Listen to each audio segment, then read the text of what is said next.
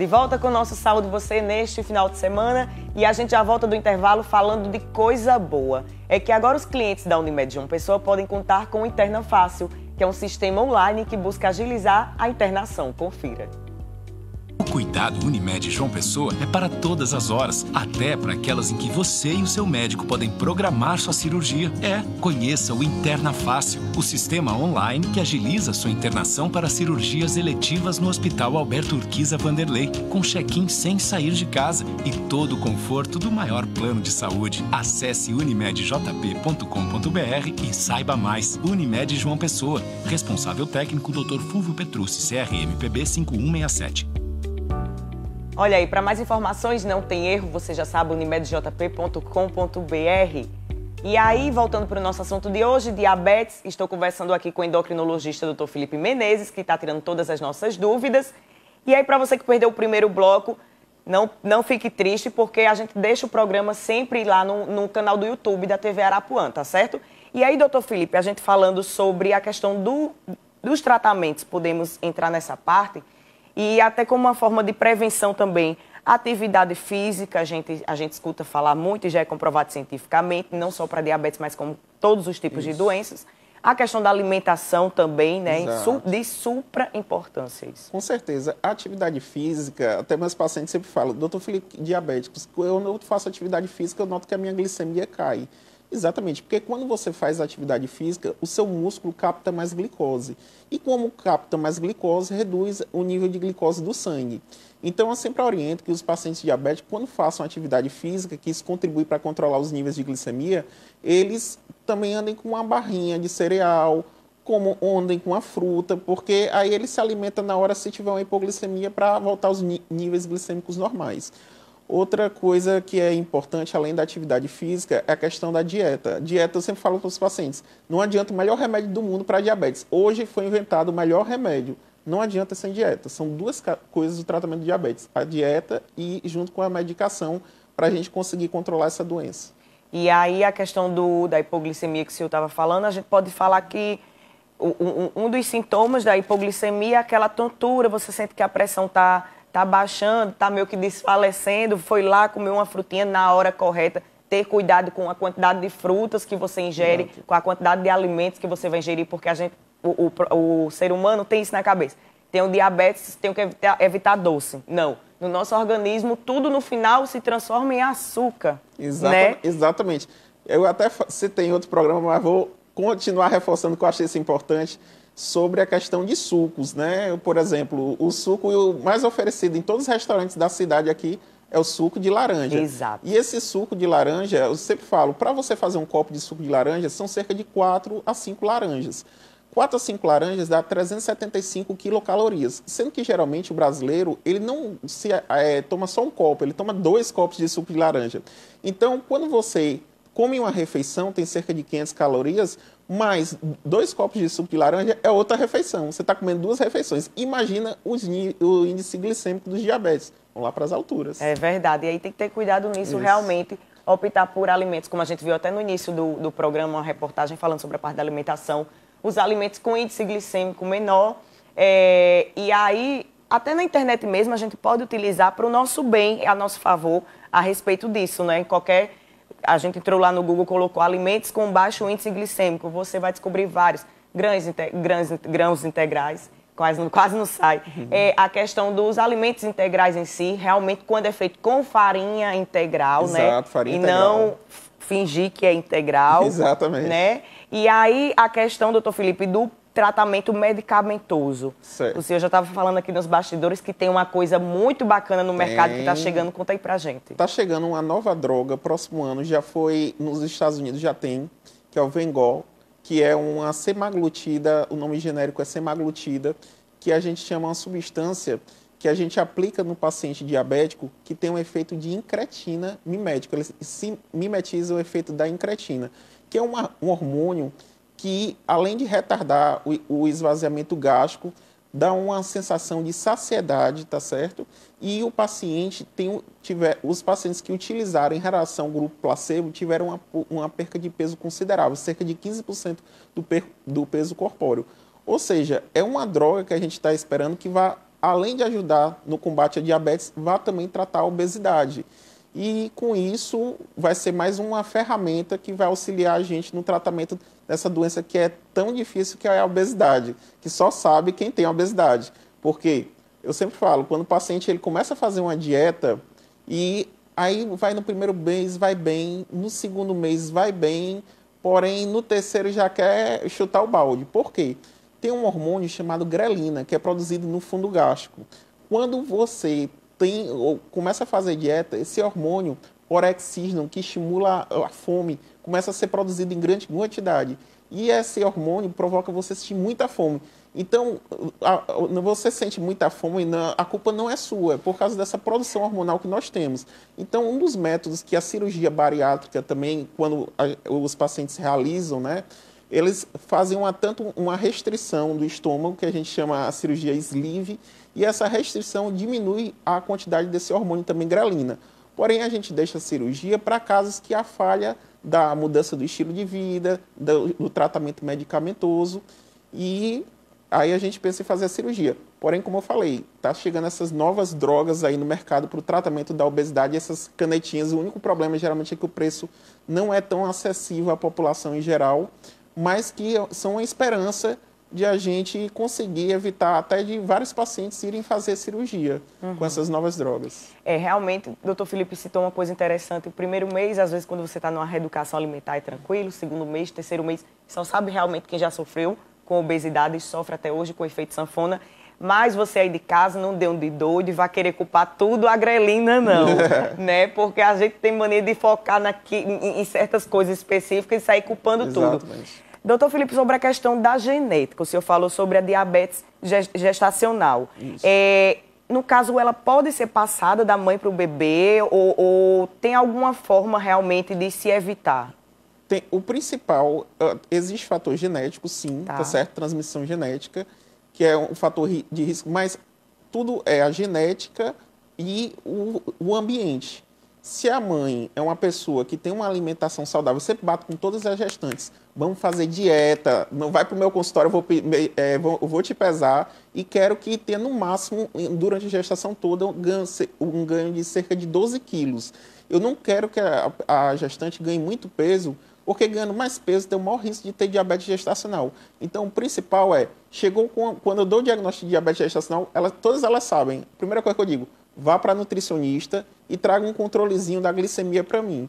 Porque quando elas não conseguem ter essa perca de peso, fazer essa dieta, aí a gente tem que entrar com a insulina também para conseguir controlar os níveis glicêmicos delas. E aí é importante esse trabalho realmente multiprofissional, né? Seja na obesidade, seja na gravidez, em qualquer outra coisa. Exatamente. E aí, o estresse, a gente vive num mundo de ansiedade, num mundo de estresse, doenças psicológicas, de forma geral, pode influenciar nesse tipo de doença também? Com certeza. Os pacientes é muito frequente, eles falam assim uma coisa para mim que é uma verdade que eles dizem. Doutor Felipe, eu notei que eu estou com diabetes alto porque hoje eu tive um estresse. Eu fui medir e está dando 400, 500. Porque quando a gente tem estresse, a gente tem liberação de norepinefrina. Fora que tem liberação de outros hormônios contrarreguladores, que são contra a insulina. Você lembra que a insulina é do bem. Ela coloca a glicose para dentro da célula e baixa a glicose do sangue. E esses hormônios contrarreguladores são chamados, um deles é o cortisol, o hormônio, o GH é liberado, o glucagon, que é um hormônio também produzido no pâncreas, que ele é contra a insulina. Então, quando você tem um estresse, você libera todos esses hormônios que vão aumentar a glicemia. Porém, uma coisa que é falha, que muitos pacientes dizem, eu me tornei diabetes por causa de uma raiva. Não, não existe isso. Você é diabético porque você tinha uma predisposição genética e quando você teve um ganho de peso importante, a maioria dos casos é devido à obesidade associada, aí veio a ativar esses genes para desenvolver o diabetes. Maravilha. Doutor Felipe, infelizmente nosso tempo acabou. Eu agradeço muito sua participação aqui hoje, sempre com dicas enriquecedoras para quem nos acompanha no Saúde Você, viu? Ok, eu que agradeço novamente, viu? Estou à disposição. E lembrar que o diabetes é uma doença que é multifatorial, tem vários fatores que podem provocar, não é só a obesidade, como nós falamos, são várias coisas que estão associadas ao diabetes. E é importante você procurar o seu endocrinologista, porque, como eu falei na reportagem, metade dos pacientes não sabem que tem diabetes. Então, agora, metade de vocês que estão assistindo a gente, vocês não sabem que tem diabetes. Então, tem que procurar um endocrinologista para dar o diagnóstico. Dando o diagnóstico, a gente faz acompanhamento com uma equipe multidisciplinar, nutricionista, psicólogo também, né? Porque é difícil o estigma social que esses pacientes têm, às vezes tem que usar insulina, tem que ficar aplicando insulina na frente dos outros, é muito difícil, porque principalmente no colégio, porque as crianças não querem ser diferentes umas das outras. Porém, a gente tem que entender que cada ser humano tem sua peculiaridade e a gente tem que tratar de forma adequada. Maravilha. Obrigada, doutor Felipe.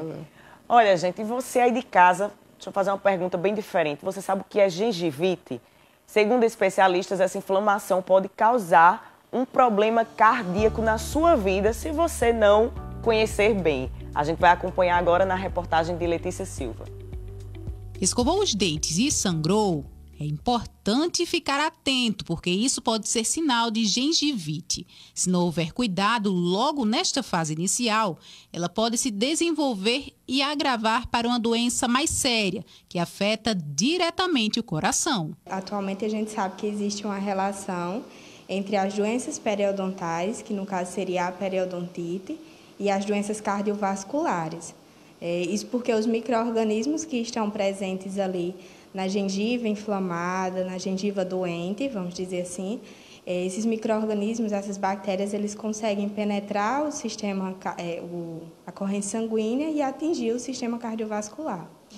E aí consegue desenvolver a doença ou até mesmo agravar, que é o mais comum, os problemas cardíacos. Os pacientes eles ficam mais propensos a riscos de infarto, de endocardite do miocárdio, da aterosclerose e até mesmo de não ter sucesso no tratamento da hipertensão, por exemplo. De acordo com a Organização Mundial da Saúde, a doença periodontal é a mais comum do mundo e atinge 90% da população de todo o planeta. O problema é que muita gente desconhece ou nunca ouviu falar nada sobre isso. A senhora sabe o que é gengivite ou periodontite? Não, sei não. Faz nem ideia? Não, nunca ouvi falar. Não. Nem imagina? Não. Você sabe o que é gengivite ou periodontite? Não sei. Nunca ninguém me explicou, nenhum dentista. Então, para tirar as dúvidas, a gente te explica sobre o que é e como tratar. A gengivite é a fase inicial da doença. Ela ocorre pela inflamação dos tecidos gengivais, né? Caracterizada pelo sangramento dos dentes e ali o acúmulo de placa nos elementos. Quando não tratada, evolui para a periodontite, que aí é quando começa a haver destruição nos tecidos de suporte e sustentação dos dentes. E aí atinge o osso e, além de sangramento, dor nos dentes, mau hálito, traz até mobilidade dos elementos e pode trazer a perda desses dentes. Há um ano, a Luzca foi diagnosticada com a fase inicial, gengivite, e segue à risca os cuidados. Eu já tomei antibióticos, já era muito mais inflamada, sangrava muito mais. Eu tive que fazer esse tratamento para conseguir colocar, inclusive, o aparelho, porque eu também precisava fazer esse ajuste. E eu só consegui, depois disso, tive que controlar minha alimentação. Tudo isso foi recomendado para que a forma da escovação, a higienização corretamente, mas mesmo assim continua ainda o sangramento. Sangra muito, todas as vezes que eu vou fazer a escovação, que eu vou me alimentar. Mas se o quadro já foi desenvolvido para uma periodontite, o alerta fica ainda maior, porque há a possibilidade de, em casos graves, haver a necessidade de uma cirurgia. A gengivite é um problema muito comum no mundo todo. A Organização Mundial de Saúde estima que 1 em cada 4 pessoas tem uma infecção bacteriana grave. E qual o problema da infecção para o coração?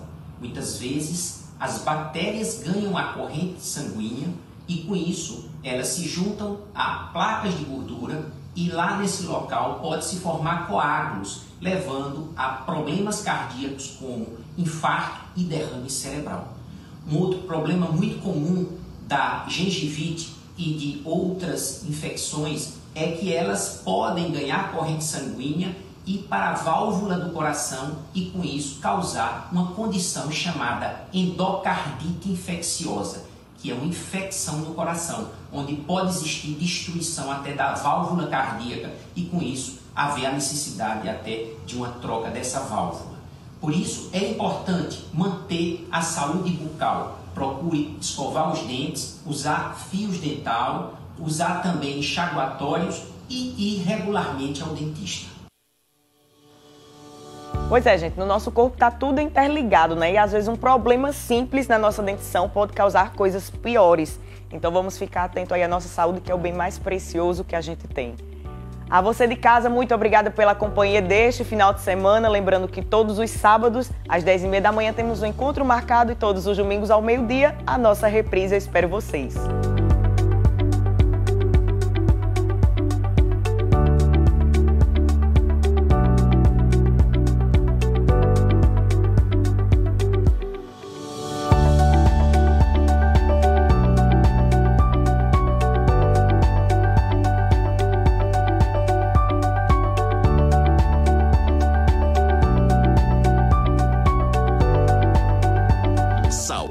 E você? Oferecimento Unimed João Pessoa. Cuidar de você, esse é o plano. A Unimed João Pessoa